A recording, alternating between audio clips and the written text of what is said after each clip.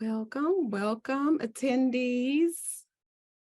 People are trickling in. I see 4 people in the Zoom room.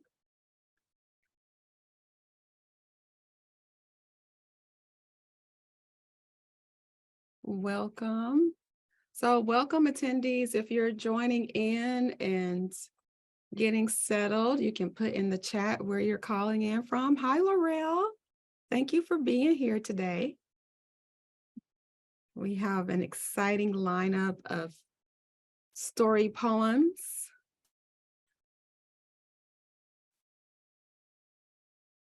From the Bay Area.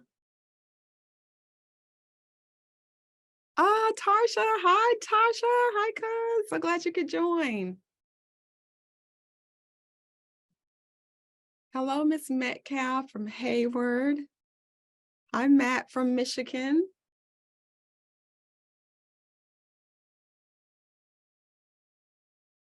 And I still haven't, let's see if I can share to the Black Gold page as people are trickling in.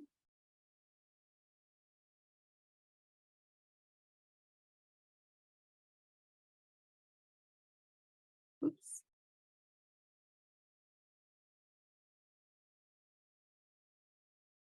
No, we'll just share this recording afterwards. I cannot figure out how to share to the Black Gold Facebook page rather than my page. Unless you guys feel like being visible on my page, we can go live on Facebook, or we can share this recording with people later too. It is being recorded.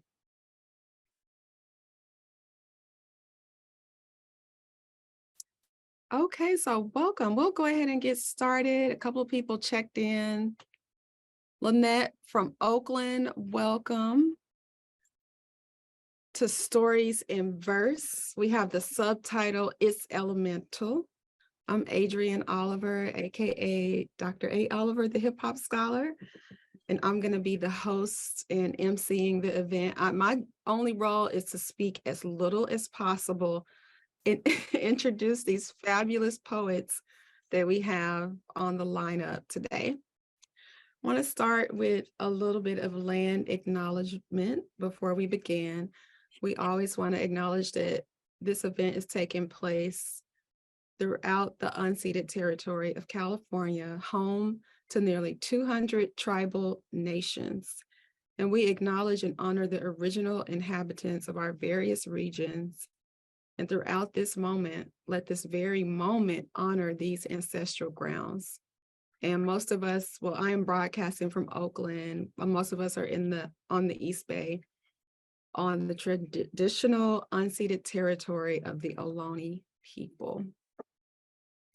And I want to start by introducing our first poet. Again, this is Stories in Verse. And this, I wanted to say, this is also the first time, because it's National Poetry Month, that we have a playlist for this event. And the playlist is It's Elemental. I'm not going to play it in this space because, we have to think about copyright and all that for the recording.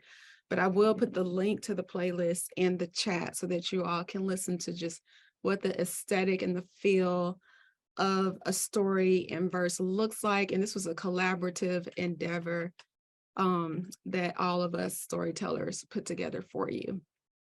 Our first storyteller is Kevin Dublin. Kevin is an educator, economic justice advocate, and writer of poetry, prose, scripts, and code. He's currently the director of Litquake's Elder Writing Project, and he's committed to helping nurture emerging writers of all ages. He is the founder of the Living Room reading series and salon in San Francisco. You can follow him on Instagram. Kevin, you can put your Instagram handle in the chat if you want more about the events that he's hosting. So Kevin will be sharing Miss Zakiyyah Capehart's migration story in verse. Kevin.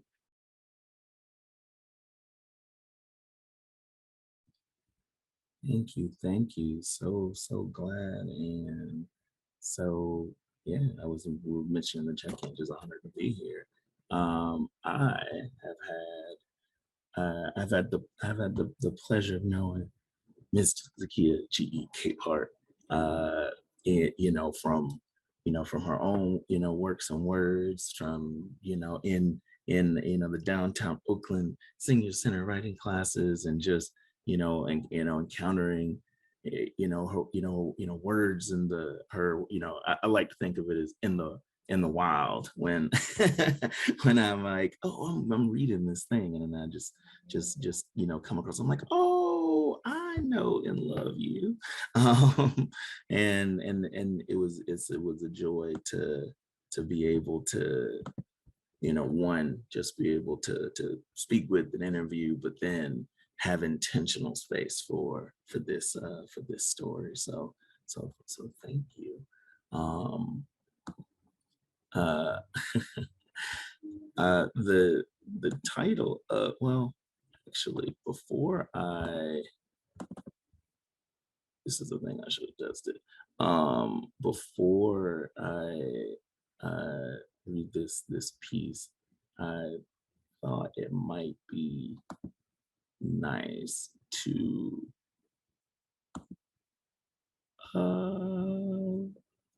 here it is. I thought it might be nice to share this. On these shoulders I stand. There it is. It might be nice to share this piece. Zakiyyah, could I, this is a work in progress. On these shoulders I stand. Could I, can I play it? Okay. All right. So I'm going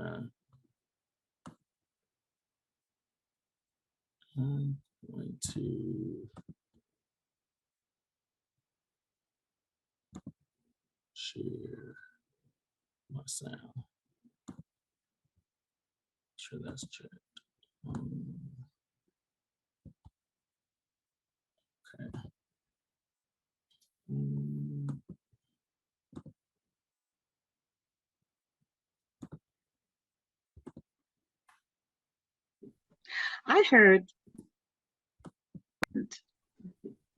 I heard Mama and Papa's voices coming from the front yard.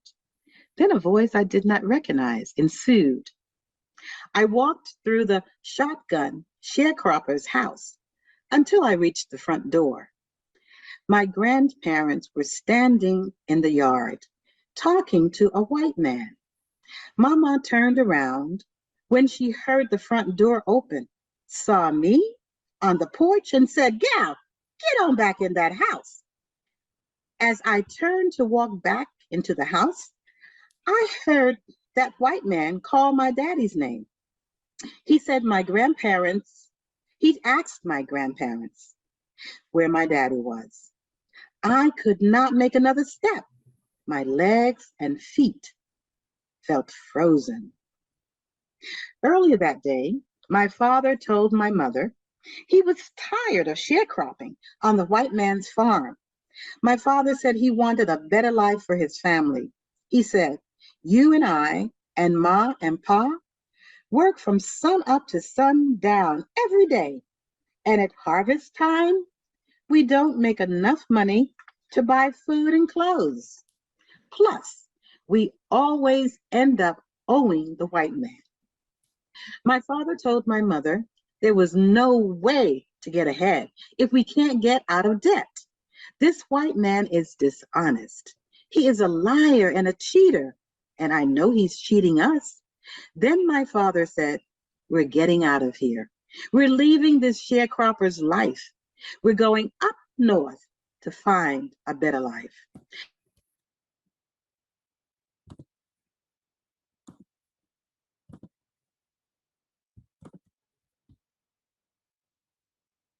This is a quote from Abiodun Oyewole of The Last Poets, teaching at the Brooklyn Moon Cafe. Would you think of birthing a child and not giving your child a name? That's what your poems are. It is the practice of our people to give meaning in a name, and we show honor by calling each other with them. How do you give one name to one who contains multitudes? One who works to tell the stories of a people until the voice tires? One who is healed with her hands and her mind as much as her words? You name her the same way you name each drop of water in a river. A North Carolina mother who was enamored with mythology names her oldest daughter Betty, names her next daughter Gwendolyn. Elaine names the youngest daughter Cassandra. A father's memory remembers choosing the name, but a mother's memory would say he is mistaken. Born in Ahoskie, North Carolina, a Wednesday child on March 15th, Hertford County's Dr. Weaver catches a girl. Dr. Weaver catches a girl, passes her to the beautiful and nurturing nurse Elaine. Like brushes in purses or notebooks and backpacks, you carry a name. Name. Gwendolyn can mean a blessed ring or a beaming college roommate. The move in youth from North Carolina to New York and missing the familiar faces of neighbors who always speak, missing the taste of dishes, no fresh collard greens, pan bread, or just picked and washed fruit to eat. Elaine can mean a poet who holds so much higher than the moon, a nurse who lent a name to a future nurse, a shining light. Laide can mean a shortened form of Olaide, which means wealth, which means wealth ring in and given by the West African dance instructor Nana Dinizulu and his African dancers and drumming troupe. Zakiyyah can mean growing in purity and wisdom, mean pages, mean a choice, mean a voice called from across a party room. Nabia can mean noble, discerning, intelligent, the middle of a page, the bottom of a page, a mirror of the spirit within. Asia can mean thoughtful, can mean a continent, can be a name planned for a daughter, then so beautiful it is chosen for the self. Akua can mean migration, can mean walks through and splashing in puddles of rain. The naming can mean the naming tradition in Ghana is to carry the day you were born with you, a reminder of first steps onto its soil, surrounded by your people, stress melting like butter from a skillet. Can mean learning, sharing, building community, can mean making a performance space. What do you do when your heart carries so many stories? With children raised, mama won't put down the mic. A Black woman who knows the potential of the human spirit is to become all of these names, all of these meanings, unbound, healer, eternally becoming. When I had, I was doing a lot more painting. So, and I was writing because I was going to what was called then, I'm not sure if it's still called, the Brooklyn Moon Cafe. Every Friday was like one of the resident poets with Jessica Care Moore. She was on, she was one of the friends that we used to all read together at the Brooklyn Moon Cafe. And one Friday, instead of us reading, or maybe we read first, but Abiodun was coming through. And so he, talked with us and read, and something that stuck with me that I still, he has become a mentor of mine since then, because he said, okay, I don't understand you poets and artists, you have work that's untitled. And I was like, oh, he's talking to me. I had art pieces, I had poems, I had stories, and I hadn't titled. He said, they're like your children. Would you think of birthing a child and not giving your child a name? Well, that's what your poems are. That resonated with me profoundly, because I went home and everything that did not have a title got a title. And it was easy. It was easy. It just came easy. Whereas before, I couldn't do it, But now everything got a title. And in fact, what happens sometimes is that before I get the body of the work, the title comes. And I literally have many titles sitting in the queue, waiting for me to write about that title. So that I found so interesting. And because I said, that's true. I would not give birth to a child and not give that child a name. And so I call my work, my poems, my stories, my paintings, I call them my babies. Yeah. Thank you. And and it is with that, that I have been thinking a lot about the intention of naming, and I still have not settled on a name for this piece. And I know just from converse, from the interview, from conversations, that I thought it would be most fitting for you to give it a name. Thank you, Kevin, for that poem. And we got a double treat hearing poetry from both poets, a poem from Kevin and a poem from Miss Zakiyyah as well. I learned something because sometimes I write work and leave it untitled. I will give all of my pieces a title now. Thank you for that work. And if you have any questions or comments, just feel free to post them in the chat as we go along. We will, at the end of all of the stories or the story poems, have a longer time for Q&A.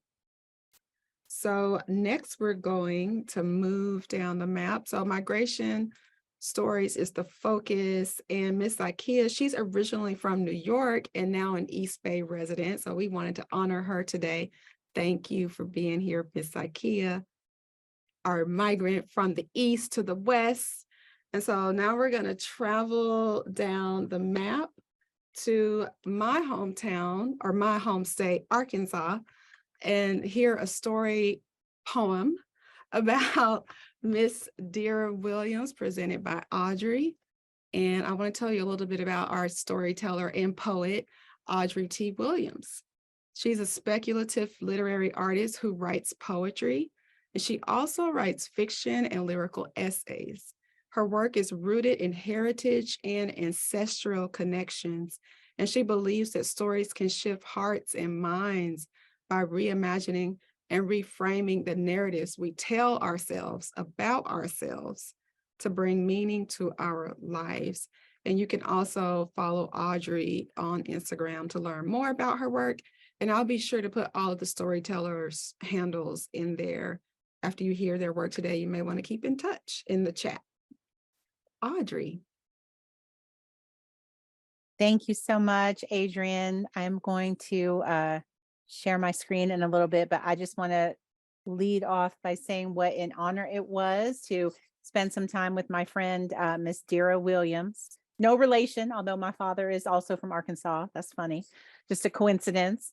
But I have been knowing Miss Dera for years. We have been part of the Afro Surreal Writers Workshop of Oakland for, I think, 7, maybe 8 years. It's a long time. We've been in community together. So I've had a chance to sit with Miss Dera and get to know her. And I'm just honored to offer this story of her family's migration to Oakland from Little Rock. So I will share my screen.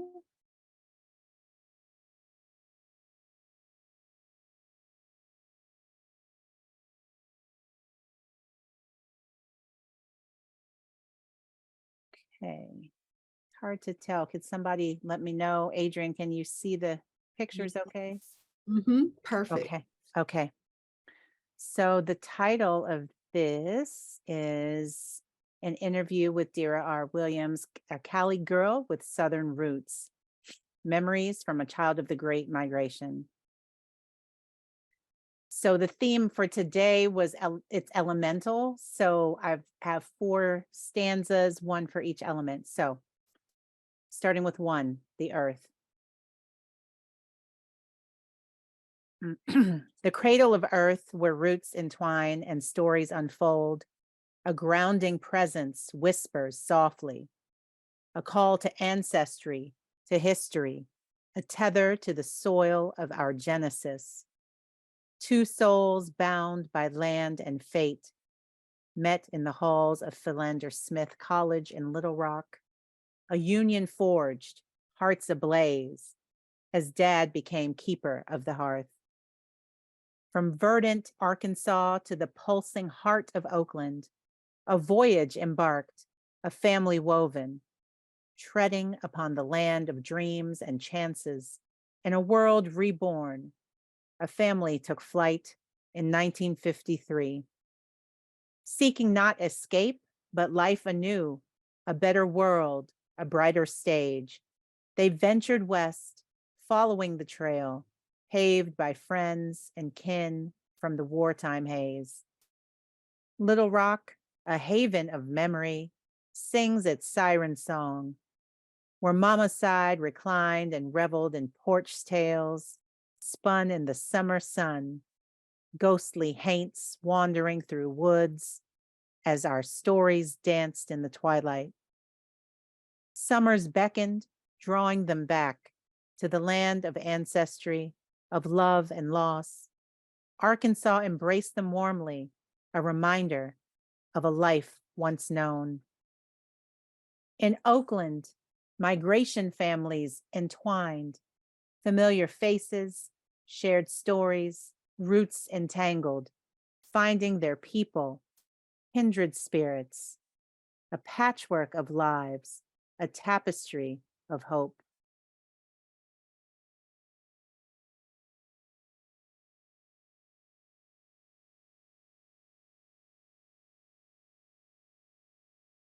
Eyes cast forward to the horizon, seeking opportunity, the lure of the unknown. Better to be a janitor in San Francisco than mayor of Little Rock, a testament to dreams, to choices made. The South remained to those who stayed, who found their peace. Yet for the wanderers, the seekers of new, the earth embraced them, roots ensnared. Fond remembrances of Arkansas, that vast expanse of red brick houses and sprawling lawns where dreams take flight. The earth remains a grounding force, a call to remember, to cherish, and to unite. 2, water. In the realm of water, where memories ebb and flow, a tender moment captured, a father's tears exposed. At 4 years young, a vision etched in time, the grief of loss, a mother's embrace, now distant. How fleeting, how rare to witness such vulnerability, the quiet strength of fathers, unmasked by sorrow. As tears carve rivers, shaping life's terrain, grieving mamas, yielding to the passage of time. Rivers teach us, in whispers and gentle tides, the art of pause, of pooling in the stillness, to gather strength, to find solace in the calm, before cascading onward toward new horizons. A journey through the sun-kissed San Bernardino Valley, a decade steeped in change, in hope, in strife. 2 siblings leapt into a pool of innocence, unaware of the chasm, the divide that lay within. As brother and sister frolicked, carefree and alive, the world around them paused, a silent observation. White faces watched, their laughter stifled, contained. Yet in the water, unity lingered, a boundless connection. And so, with a plunge, the dam of hesitation crumbled. All's well that ends well, as all bodies rejoined the fray. A testament to the power of water, its healing embrace, bridging divides, dissolving barriers, in a dance of unity and play. In the language of water, a story unfolds of grief and joy, of bonds transcending time. For water knows the depth of every heart, and in its flow, we find our hope, yours and mine. 3, air. In the realm of air, where scents unfurl like whispered secrets, a symphony of aromas dances, tantalizing, evocative, southward bound, where fried hand pies sizzle and sing, their golden crusts concealing treasures of delight. Possum pie, a misnomer, a ruse to beguile, the chocolate within a symphony of sweetness, a hymn to the art of home, of comfort and sustenance, a testament to the culinary legacy that binds us. Vanilla memories, tendrils of scent, a sweet embrace, a mother's tea cakes, a legacy of love, of devotion, Miss Vivian's recipe, preserved in ink and time, a treasure unearthed, a connection rekindled. Through trials and tribulations, the tea cakes took shape. Vanilla adjusted, a voice echoing from the past, guidance from beyond, a gentle hand on the shoulder, a sister's validation, the recipe nearing perfection. Tea cakes, an emblem of lineage, a symbol of togetherness, a British genesis, a Southern sojourn, a tale of transformation, passed down through generations, an enduring ritual, a bridge to the past, a link to the love that sustains us. Summer quilting bees, a gathering of hands and hearts, tea cakes and sweet tea, an offering of comfort and care, grandmother's touch, a memory etched in time, the air, a medium for remembrance, a conduit to the past. In the dance of air, the swirl of aroma and memory, we find more of our stories, our histories, woven in sense and taste. An ode to the bonds that nourish us, the connections that define us.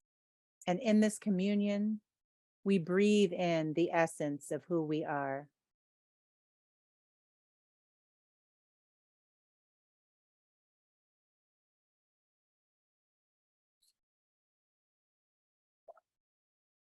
Four, fire.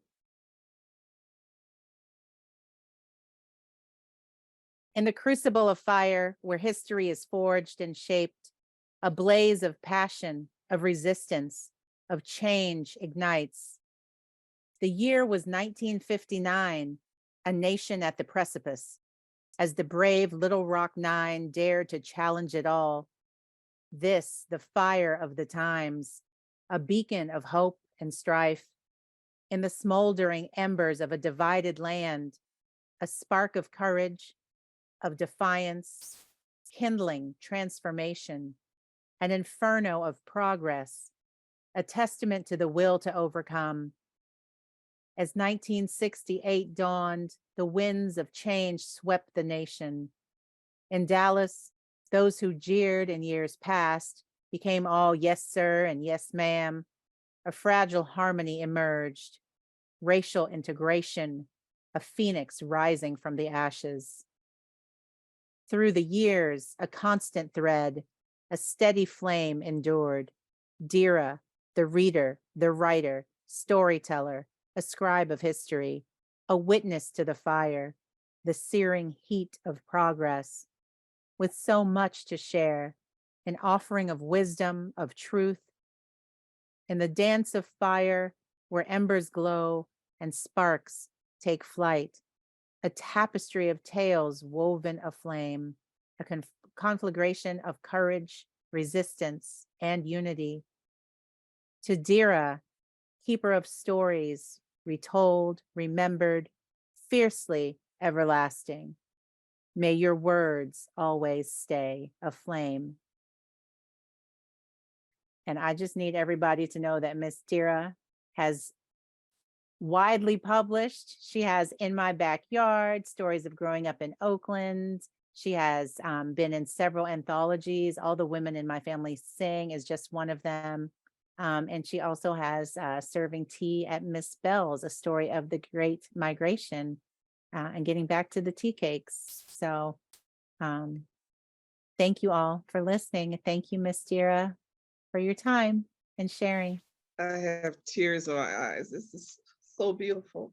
Oh, Audrey, I couldn't. Oh, way you weave the stories. I told you the way you weave them into those verses. Oh my God, I'm just so moved. Thank you so much. I'm happy you like it. Thank you. Thank you, Oh. everyone, for your time. Mm. Oh my gosh, I got tears in my eyes too, Miss Dera. That was so good. Oh. Mm. So good. And we will have time for Q&A at the end. Let's go to our grand finale. Last but not least, we're going to hear from Miss Wanda, pulling up your bio. Professor Wanda Sabir is a poet, essayist, journalist, visual artist. Wanda's Picks column and radio show are a local and national staple. I love Wanda's Picks. Her interest is in art for social change. A depth psychologist, Miss Sabir's area of research is on trauma and its impact on memory. And she is the founder, she's the co-founder and CEO of the San Francisco Bay Area Ma'afa commemoration in its 28th year this October 2023. And Wanda will be sharing the final poet or the final poem / story of Miss Lola Hanif. Wanda. And you're muted still. We'll make sure we get I all. sure am. Yes, I am so excited to share with you the story of our dear sister, Sister Lola Mae Carroll-Hanif. Yeah, I'm just so happy that she trusted me with her story, and her family trusted me with her story. Yeah, and it's a lot of story, and the poetry are actually song lyrics to the states that Sister Lola passed through and stayed and grew up. So we have the Kansas state anthem, we have Washington State, and we have California. So that's the poetry part. Okay, so I'm going to share my screen so you can see some of these lovely photos, and I will start.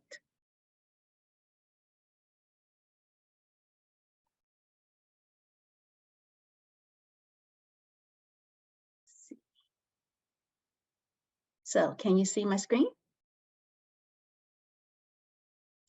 Okay, so this is Sister Lola, and the name of the piece is I Would Not Exchange My Home Here. And this is Sister Lola on her birthday in February. Sister Lola 1. Sister Lola Mae is wearing gemstones, amber and turquoise. She works magic, stones, stirred pots sing music as ancestors settle in for the spin. We wrap history on spools between us.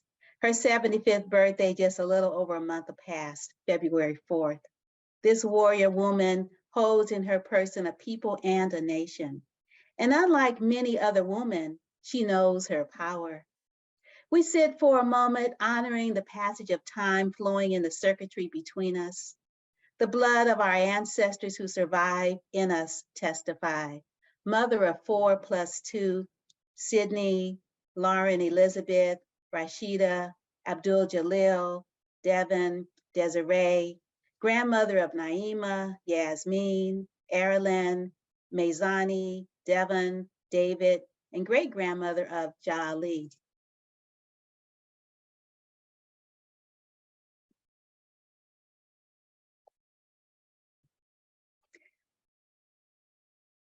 And here we have Sydney, Sister Lola right here.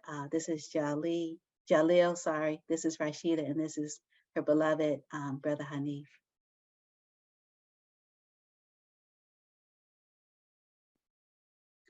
Daughter of Elizabeth Slaughter on mother's lap, and Alfonso Carroll, granddaughter of Letha and Cornelia Slaughter. This is Mama and Papa, grandmother and grandfather. Granddaughter of Lola Carroll, great-granddaughter of Ross and Delia Lyle. Her ancestors walk in her skin, step forward with feet wrapped in historic legacy, African and indigenous, European too. Coffeyville, Kansas is where her spirit stepped into flesh. A trading town, cows, bridges, train depot, cotton, Jim Crow, segregated elementary school, integrated high school. Papa, Lola's grandfather, though conceived in violence, was always known to be compassionate and caring. He founds the Good Samaritan Club for widowed women and children. He also built the church where in the evening, Mama and Miss Josie would be frying burgers, Sister Lola says. Papa and Mama fed the community during the Depression. Papa worked for the post office, a good job. We sort through the cast, Sister Lola and I. There are no understudies. Everyone plays herself or himself. The cameras are rolling. We use film, the expensive stuff. We cut no corners and only film in natural lighting, like Julie Dash's director of photography in Daughters of the Dust. This is where the tale ends. Both stories of exodus, movement of a people. Eventually, Mama and Papa moved to Los Angeles too. I just remember this story my grandmother told me when she first saw my grandfather. And this is a picture of her grandfather and grandmother when they got married. They were 16. And here's a picture of Mama and Papa on their 50th. I just remember this story my grandmother told me when she first saw my grandfather. She said that she was looking out the window, standing in the doorway or something at the church. She and her sister, and she saw this new boy walking toward the church. And she said, she told her sister, I'm going to get that little old boy. And she did. They were married when they were about 16, and they were married for 65 years. Papa died in 1999, and in 2001, Mama joins him. They have 5 children. Lola Mae's mama is the eldest. They went through, you know, a lot of things together, but they really meant a lot and still do to the family and to a lot of people in that community. They were very instrumental in growing and nurturing and being there for folks. Coffeyville, Kansas is the town where I was born in and grew up, like on the Kansas-Oklahoma border, she says.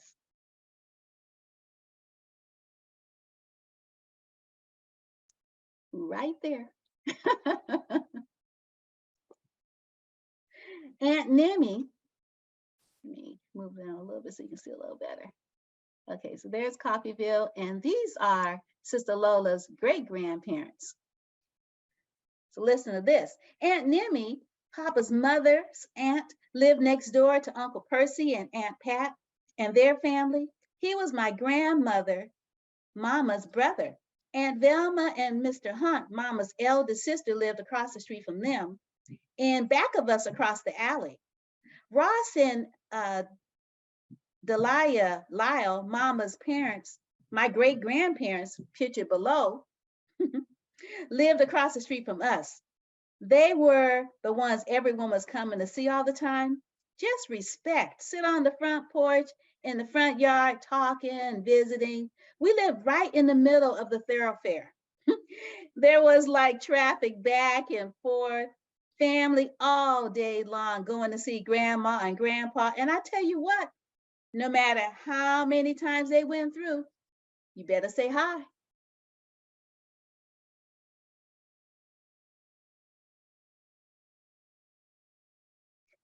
This is Sister Lola's big sister, Patricia, and this is her daddy, and that's her mother.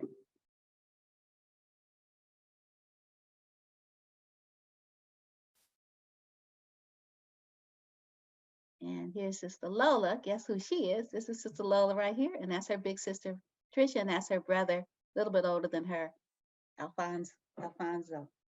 Lola is the third child with an older sister and brother, Patricia and Alfonso Jr., and a younger sister, Rosalind. She says she was the spokesperson for the siblings. She was elected to represent the kids. We wonder what they did before she arrived. Her dad, Alfonso Sr., is a World War II veteran who worked on the Grand Coulee Dam in Washington State.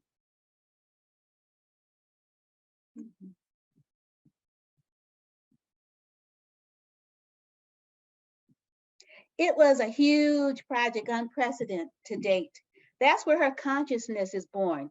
She finds her many years later waiting. What belongs to us is never lost, Abby sings. Lola Mae knows this truth inside. Ah, the magic she sees when distracted and when still feigning sleep. Charity, clarity when it comes is wonderful. Her father builds something grand, even as he unraveled. Her mom got away and saved herself and her children. She, girl child, is able to reconcile with her father. Lola says he wept. The tango unraveled between them as forgiveness grew.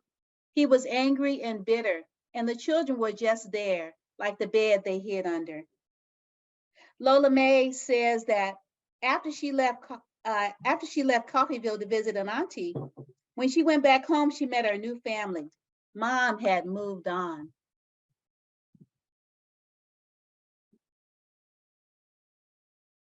That's mom, mother dear. Life's like that. The land here is strange. Lola always felt. She looks up, how often at night, when the heavens are bright, with the light of glittering stars, and stood amazed and asked as she gazed if their glory exceeds this of ours. 2. Her tuning fork points west, and at 17, Lola Mae hops on a Greyhound bus to Los Angeles, where she stayed with one of her sheroes, Aunt Shirley, and babysat young cousins while finishing high school. In 1966, LA was audacious, Black, and proud. Grandmother Letha would take the bus back and forth across the country to help her divorced daughter, a nurse. So Lola Mae always knew out there was another world bigger than the cows, dust, and racist crackers at home. Sister Lola, a prodigal daughter, felt her heritage here in LA. All around her, Black people were standing up and shutting down oppressive systems. In her late teens then, life was exciting. Lola took courses at the community college, went on dates, got married, and became a mother. The young mother continued to conjure and stir her pots, following the magic in her heart. Spirit spoke to her often. Spirit spoke to her often, and she listened well. Trading in cosmic marketplaces for better lives for herself and for her daughter, Sydney, she left her marriage. She had gotten this agreement with a soulmate, an appointment with him, arranged by ancestors, heavenly beings before she arrived. She kept looking, asking for directions. The first marriage ended in tragedy. She lost baby Lauren at 9 months. No more, the young mother decided, no more. I will stay home with my children, and she did. Tragedy is life lessons one survives. LA was not to be her permanent landing place, just a spot to refuel, change the cruise sail off. She kept keys in her back pocket. California, I love you, the greatest state of all. I love your winter, summer, spring, and fall. I love your fertile valleys, your dear mountains I adore. I love your grand old ocean, and I love your rugged shore. I love you, land of sunshine. Half your beauties are untold. I love you in youth, and I love you now that I'm old. Queen Califia grinned as she waved at Lola Mae. She'll be back, she whispered. I know, child. I know, she sighed as her girl Lola sailed away. 3. Washington State was where Lola Mae fine-tuned her wombfulness. Conceived in Washington,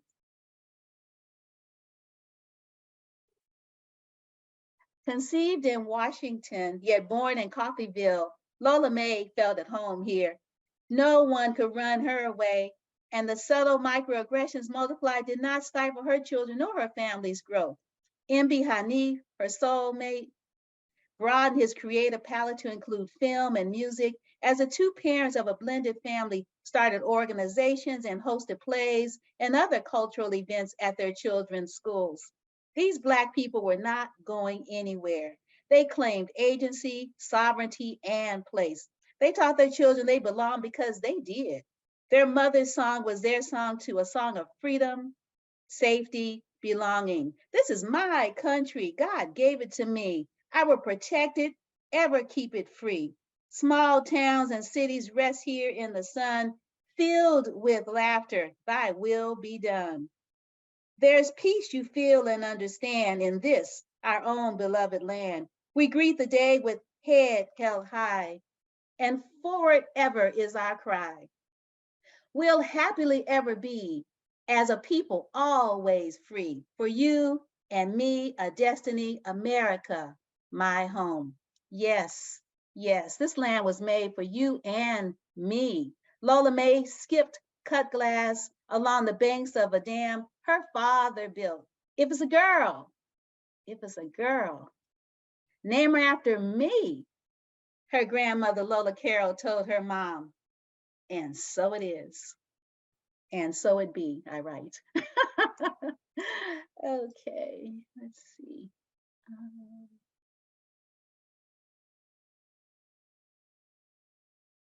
After 8 years, Sister Lola says it was time to move again to from Bellevue, Washington, back to the City of Angels briefly. Then Oakland called. 4. Oakland was a place Sister Lola always felt an affinity. Let me show you another picture. Here we go. We're not here yet, but Oakland was a place Sister Lola always felt an affinity. Kids visiting kin during Coffeyville summers spoke of a chocolate city, Oaktown. And then there she was in 1994. Black power, her magic carpet in Oakland certainly had a lot of that. Her daughter Sydney called her mother here, and as she left for Malawi, Sydney that is, then academic pursuits at San Francisco State University called Sister Lola's name. There she got an undergraduate degree in Africana Studies and Health. Jalil, her son, was in high school.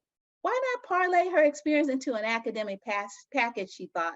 Sister Lola only took classes that interest her, and so her feet led her after graduation to the University of Creation Spirituality, where she got her master's degree. She worked as a consultant, social worker, and mediator. Called often to facilitate groups with alcoholic women, Sister Lola ended up founding Sacred Space Spiritual Support Group.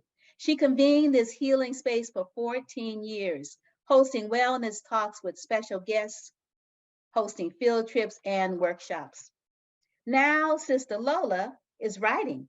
Her first book, What Mama Used to Say, that you see here in the picture, Handbook of Old Sayings, just came out last year, and it's in its second printing. She's writing a memoir about her cosmic agreement with her husband, B.Hanif. Sister Lola says throughout her life, this saying has guided her flight and cushioned her landings. A heap see what a mighty few know. And that's on page 33 in her book when you get it. A heap see what a mighty few know. 5. Though she sailed along the Nile Valley and visited the pyramids, America is her home. Her great-grandfather got to Oklahoma too late to claim his land, they say. The Trail of Tears story narrated by James Earl Jones speaks her family's story too. She watched her great-grandfather fuss at reports on the TV. Lies, lies, he'd say. Cherokee on the Slaughter side, Choctaw on the Carroll side. This is her home now. Colonel James A. Coffey, 1827 to 1879, who was with John Brown and James H. Lane, quote, in the capture of Washington Creek Fort, and the engagement of Lecompton, end quote, to keep Kansas a free state, opened a trading post on rich Indian land.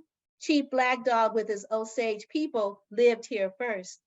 300 pounds, blind in his left eye, at 7 feet, he towered over the white man.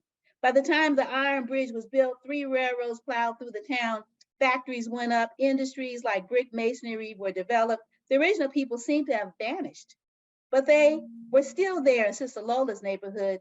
They lived in the blood.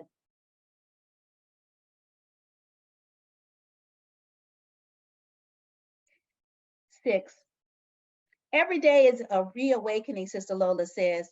I remember a lot of stories, yet you make your own path. A heap see what a mighty few know.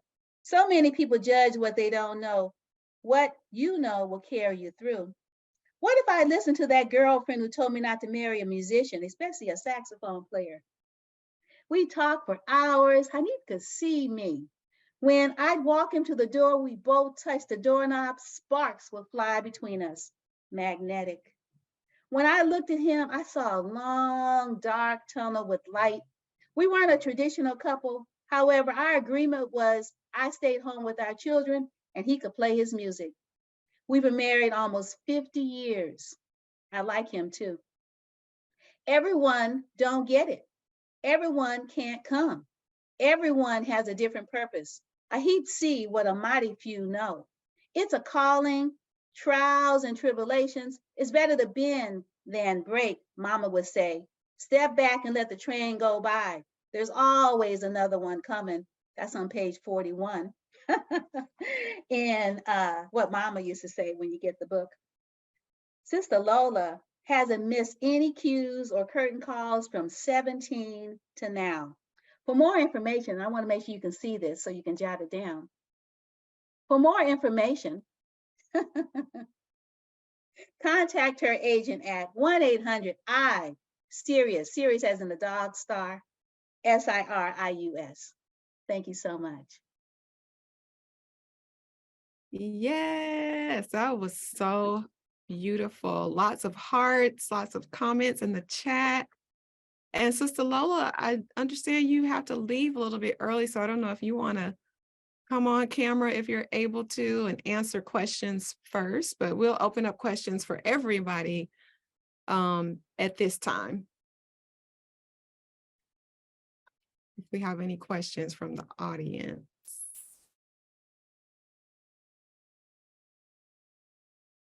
I see Sister Lola's grandchildren are in, and daughters are in the, are here.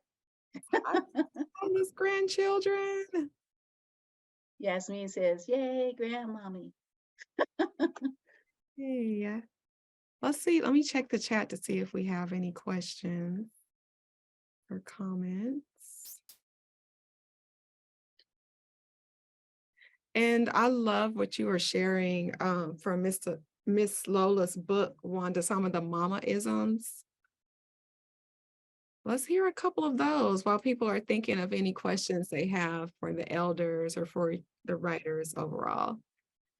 Yeah, I love so many of them. I got like I know. stars and stars. Awesome. Well, I just flipped to the section right before relationships, and it says, no matter where you go, there you are. Every day is another day to get it right. I like those too.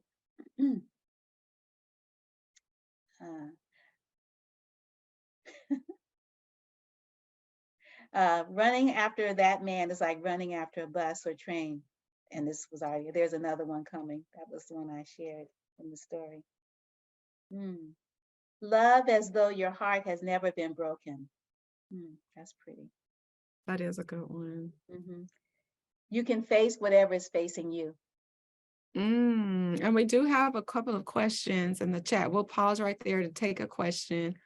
One in the Q&A is, was there a specific neighborhood in LA that fits Sister Lola? Oh, yeah. Sister Lola, you need to answer that. You're muted.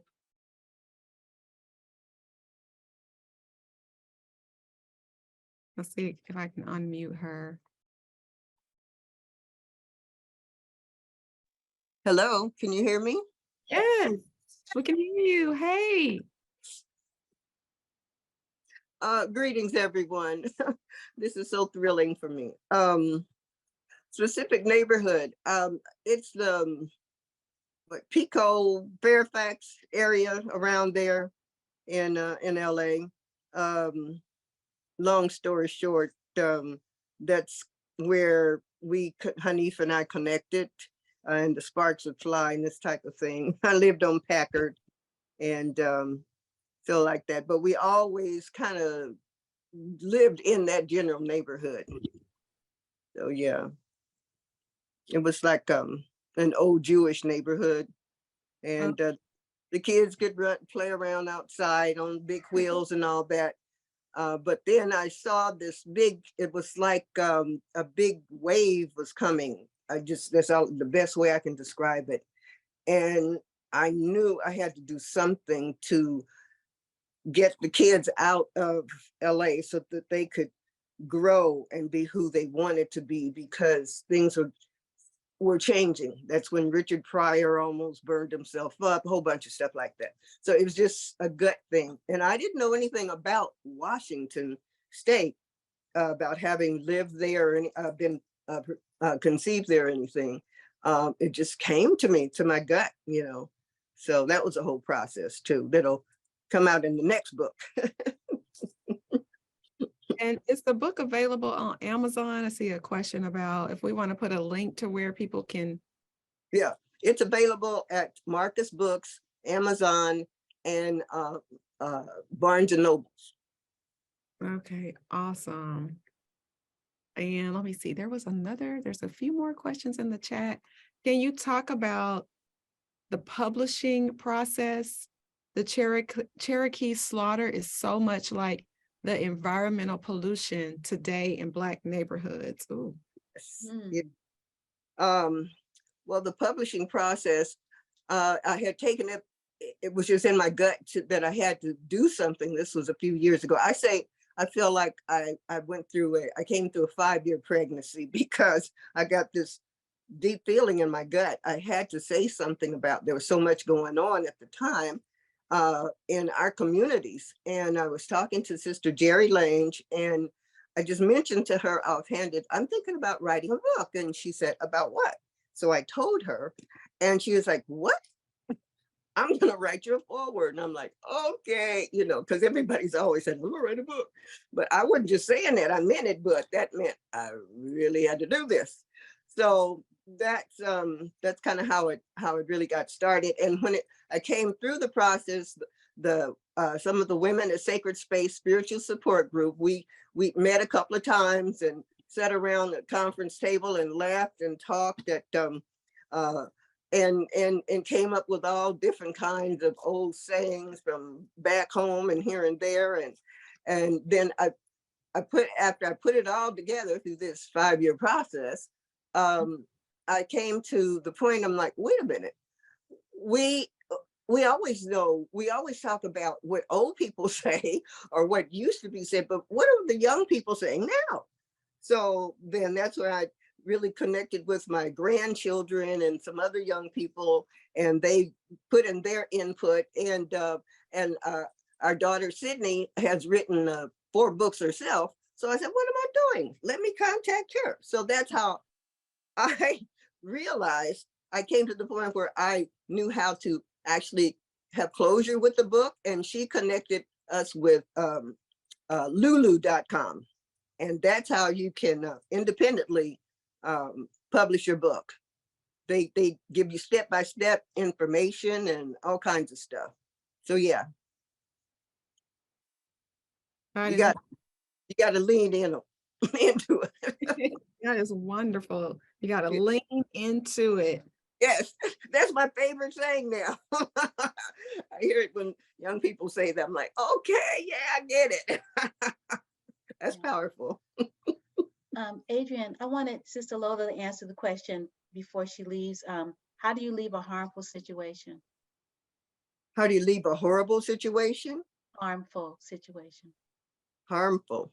Yeah. Follow your gut and your prayers. You know, you connect with the higher being. You don't you just know you got to do it. You got to do it. You got to trust it. You know, I mean, if the stay is there, well, Mama used to say it's better to bend than to break. So, you know, you just get on up out of there, unless you're just going to succumb to it, and you don't want to do that. Leave quickly is what Lady Sunrise says. Yes, so important. I think, and when you're in a harmful situation, can you speak to just the type of community support you need? And because it's like a communal, what I hear a common thread in the migration stories, it takes some type of communal act or somebody to help you do that leaving. Oh yeah, well, you know what? It takes a commitment, and it takes love. It's like one hand grasping the other. Like my aunt, you know, she had needs, and actually I grew up next door to her because she's my mother's baby sister. And so when she, you know, grew up and got married and moved away to California because her other sister lived in California already, it was kind of like a chain reaction. So I knew one day I was going to California, and I also knew I had this tremendous draw for the water. I had to be near the water. It was just powerful. So yeah, you just do it. Believe in it, do it. Because if you don't, what you gonna do?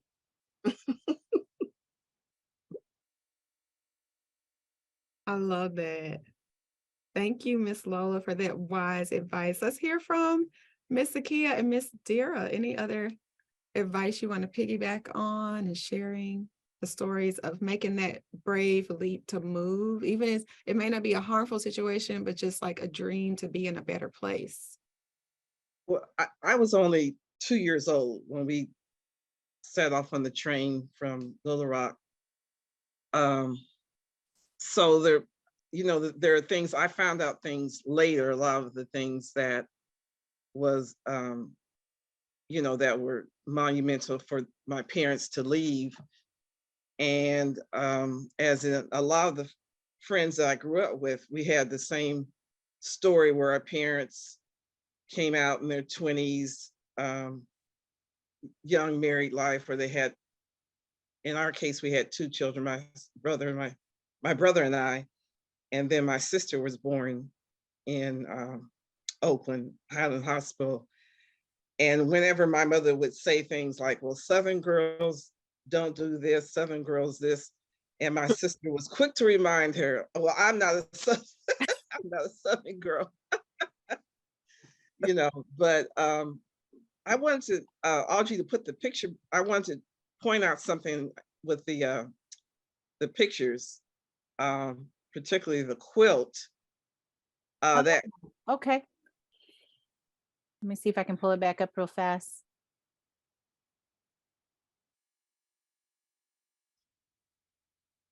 One second. You said the quilt, Dera?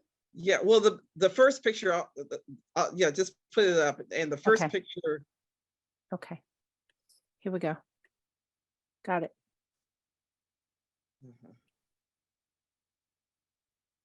So the quilt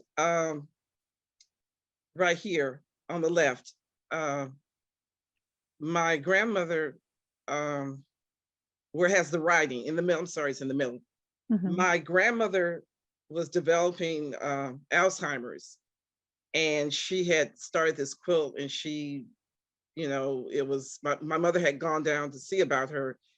They lived in rural Arkansas in Union County in Huddock, and the quilt was not up to my grandmother's, you know, expertise. So my mother brought it home, and she finished the quilt, and that's what she wrote.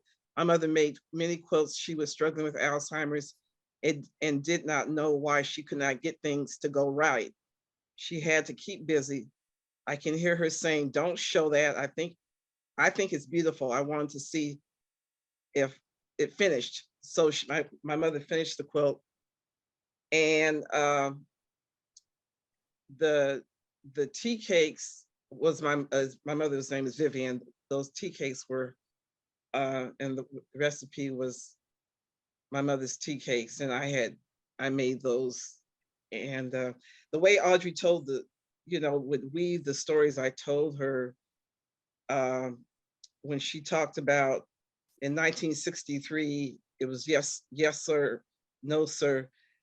But when we had, or that was 1968, it was yes, sir, no, sir. But in 63, we went through Dallas, and we were in our shiny new Buick, and this car came by, and we didn't know what was going on. I was about 10 or 11. My brother was little. He kept saying, "Why are they staring at us? Why are they laughing at us?"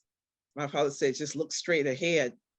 But they were in some old raggedy truck, hillbilly looking like hillbillies, and we were in our shiny new car. So that happened.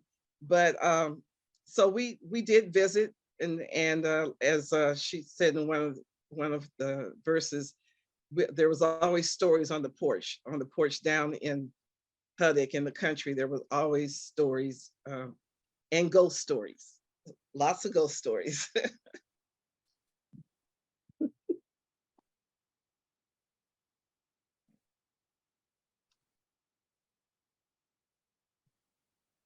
Anybody else?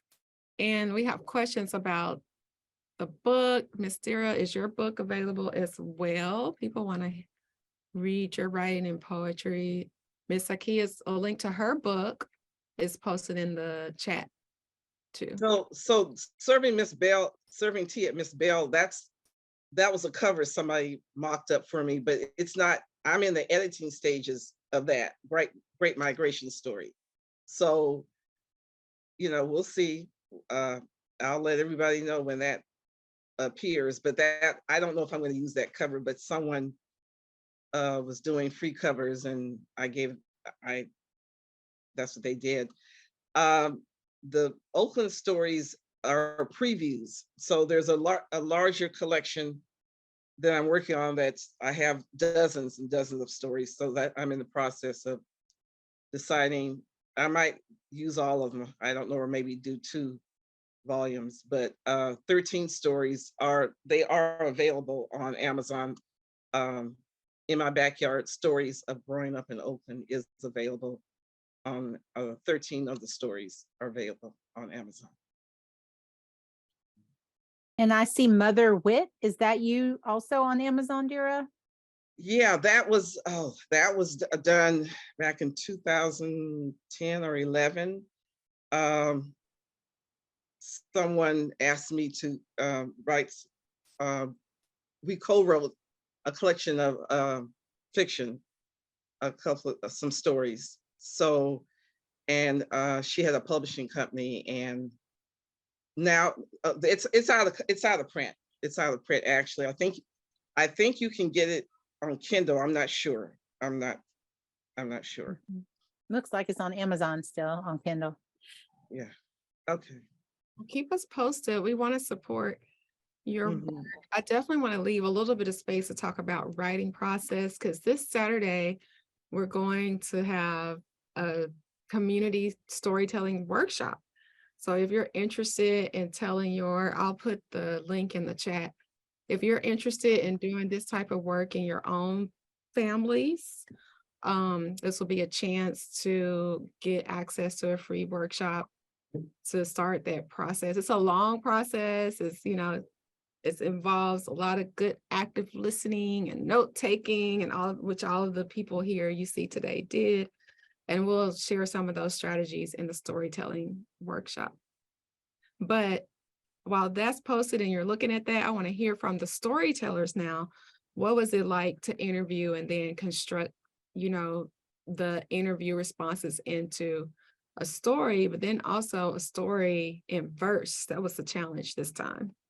Yeah, so hi, Adrian, Zakiyyah here. Yeah, so do you want to hear from me at this time, or would you like to? Yeah, I hear from everybody. Okay, Okay, so hi, I'm Zakiyyah G E Capehart, and I just wanted to say that that my story actually starts from North Carolina, which is where I was actually born, and I'm actually in the process of writing a book that my uncle, who turns 100 next month, with a sharp mind. He had his memories is better than most of my cousins and my siblings. And so, and that will be coming forth in the future, which will talk about my roots more in North Carolina. And I'll finish the story that Kevin started. That's a work in progress about the sharecropping days with my parents and grandparents. So I started my story here from New York City, which is where I think that Adrian wanted me to start because we wanted to do east to west.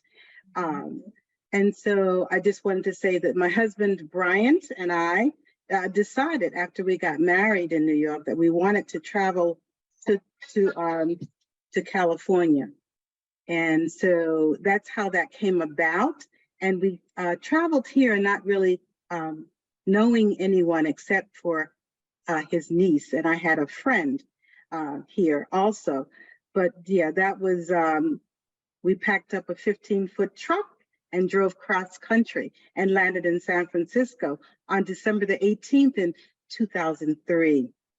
So this year will be 20 years. No, 2002, last year was 20 years. And so we've been here for 20 years and loving every moment of it. So thank you for this time to share a little bit more of my story. Awesome. And I can't wait to read. You said it was your great uncle. He's 100 years old. He's going to be 100 next month.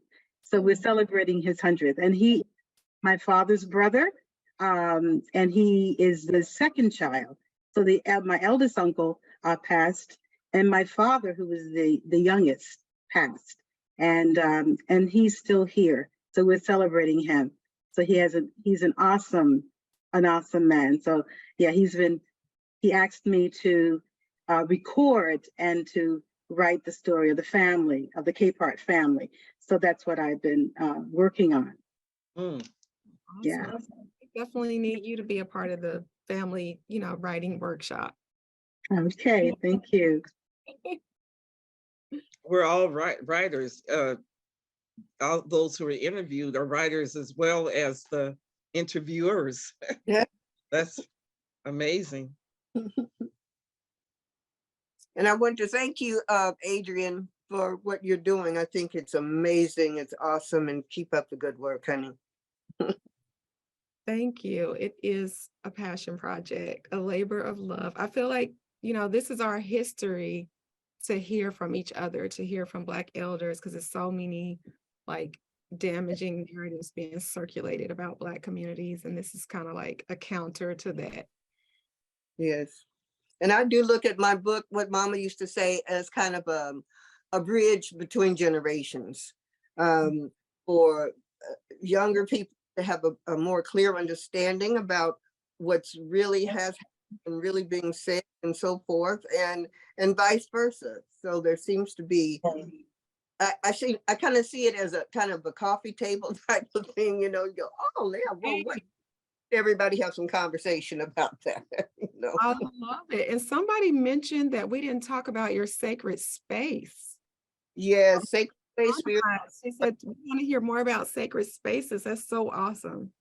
Yeah, sacred spaces is something that came about when I was doing social work, and the director asked me to facilitate a women's group, and I worked with women who had been alcoholics and so forth. And so I'm like, okay, so then I started that. But after a year, funds ran out.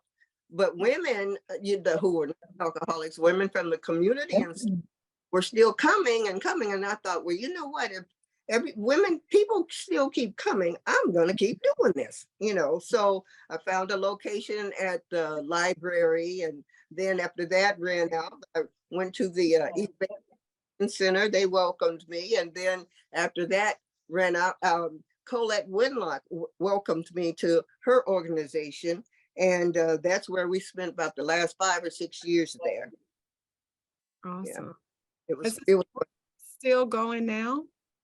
it's not going now because I had a car accident and I was doing so much. It was like, okay, I had a car accident and a couple other things happened. My husband had some serious medical issues. And I'm like, okay, God is trying to tell me something. So, it's time to take a shift here. But I'm really, really thinking about doing it again in a different way and soliciting other women or other people to take an even more active role in it. So we'll keep everybody posted too, because I need it too. We need it. It's so warm and loving and supportive. It's a place where I feel like where women of color, African American women mainly, can just come together and heal. We can leave it all in the middle of the floor. We can talk, we can laugh, we can cry, we can talk about things that, when we're in other companies, they take up the situation. But we need to be where we can just love ourselves and learn more about that. So yeah, I'm looking forward to it. God willing, we'll keep everybody posted, inshallah. I just wanted to chime in and add that I was a member of Sacred Space, Lola Sacred Space.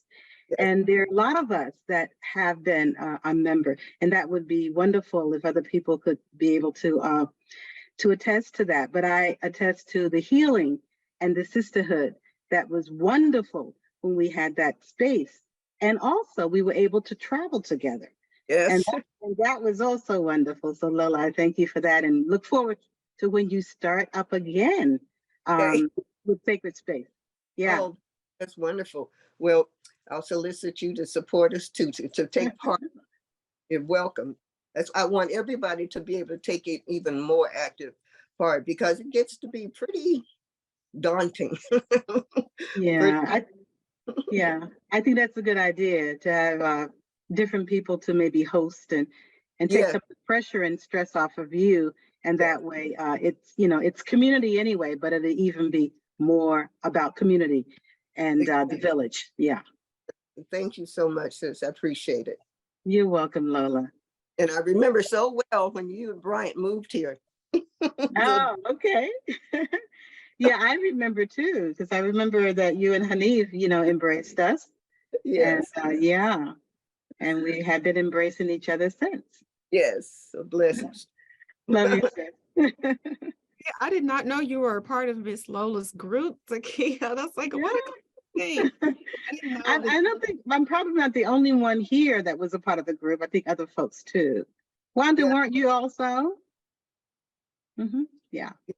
Wanda. Yes, I attended, and then the group adopted the Ma'afa commemoration and would fundraise and lease a bus so that people in Oakland could get to San Francisco. And it was a get on the bus for free, and they feed people, and there was a toilet on the bus, and it'd be really rocking. I hear it was hecka nice.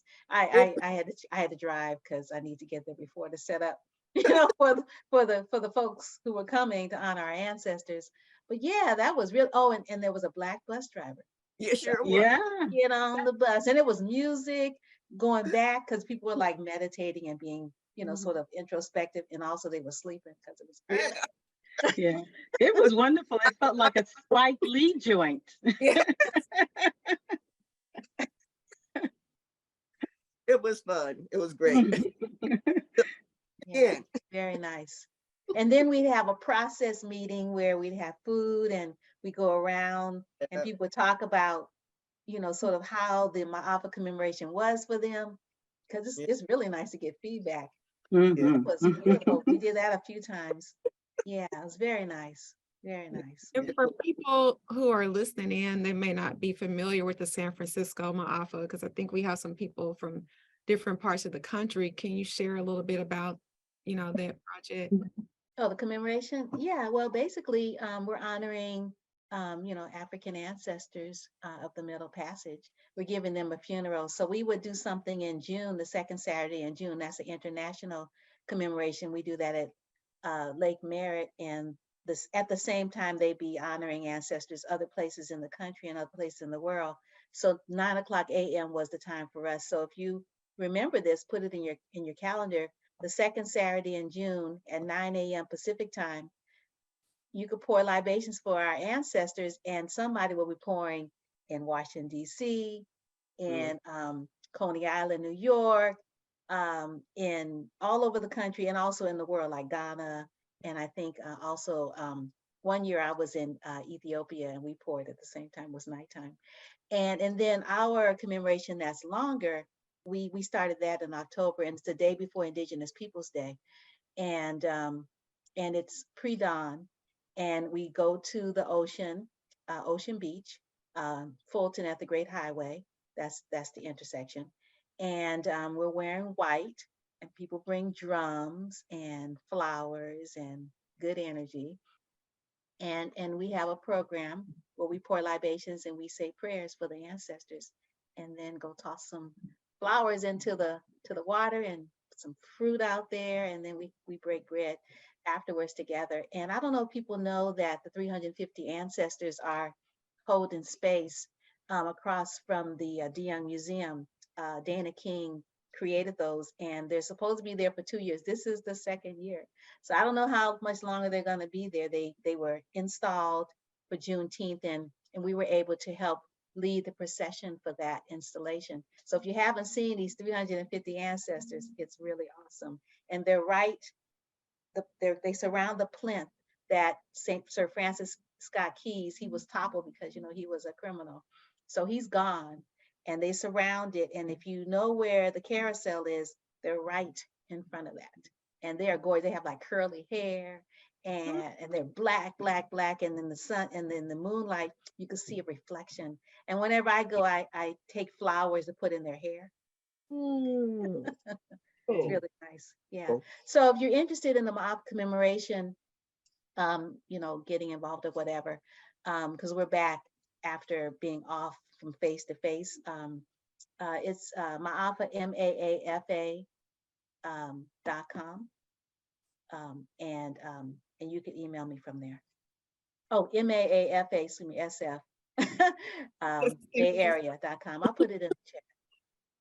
Thank you, Wanda. Any other questions? Let me check the Q&A.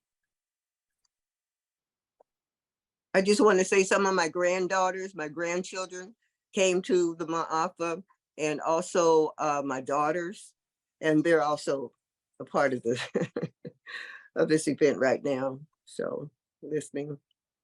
Oh, welcome. It's a family affair. Yeah. And Lady Sunrise, which she's also tuned in here. She was a big part of Sacred Space and Ma'afa and so forth. So yeah, it's a lot of us out there. Oh, yeah, I see Sydney. Hey, Sydney. I was sending drafts to Sydney. She's the Awesome. And we will, and you can follow, thank you, Lisa, for posting that, because I did want to announce that you can follow Black Gold on Instagram. We now have an Instagram page. The project, like I said, it just started out as me wanting to hear more stories about Oakland, and it has kind of taken on a life of its own since then. Now we have our own page. We have the blackgoldstorytellers.com website. That's where these stories will live. You'll get to read them, on our web archive. And we'll also have the recording to this event there. And the Instagram is at blackgoldstorytellers.com. We have another storytelling event for Juneteenth in the works. And we'll just see where it goes and grows from there. It's so awesome to see the support and love for our stories. It makes my heart so full too. I was just, I was over there with you, Dera, like, oh my goodness, all the stories being woven together. very nice. And we do have a survey in the chat. If you haven't had a chance, complete the survey. All of your comments help as I'm writing the reports to get continued funding. It's been so helpful to be able to say that attendees have said XYZ in the past. So that's the reason for the survey. And we also have a playlist this time, and I put the link to the playlist. It's Elemental. I'll share my screen so you guys can see it. It's a collaborative effort. And I love some of the songs on here. And we have actually some songs from Miss Lola's partner, right? Did I? Yes. Mm-hmm. So there's a range. We have brand new heavies. It's intergenerational Earth, Wind, and Fire. I was trying to find his song. It's on here somewhere. Yeah, what's the name of the song, Sister Lola, that you liked? Was number 2. There it is. Dream You Dream a You Star. Are a Star. Yeah, there it Oh, is. yeah.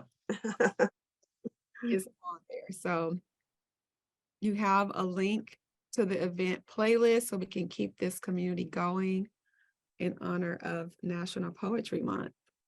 Any Right. final words before we close? Thank you, storytellers and interviewees and family members. Spread the word about the event so people will go back and watch this recording. Thank you, Adrian, so much. And thanks, Adrian, For this work. facilitating. Mhm. You're Thank you. welcome. And I'm looking in the chat. I'll send you a copy, Deborah, of the, I'm not sure why you can't copy the chat, but I will copy it and send it. So what'll happen is I'll email everyone who registered for the event a copy of this recording. And since you've requested it, I'll also send a copy of the text, the chat on Zoom as well. Oh, you guys got lots of love here too. I'm just looking. Wanda, you are loved. Your entire tribe is smiling. Hear these stories and think of how they connect our families from Arkansas to Kansas to Cali. And we have another working with my aunt in Texas on the Williams from Guntown, Mississippi. Mm. So thank you, everyone. We have another, my parents are from Arkansas. Yay. Thank you for being here. That's our show this time, and hopefully we'll see you on Juneteenth. Follow us on Okay. my Instagram for more information on how to register for that next event. Absolutely. Adrian. Mhm. Thank you, Thank you. everyone. Thank you, everyone. This is Absolutely. beautiful. Thank you. Take care. Blessings. Here. Lots of love. Thank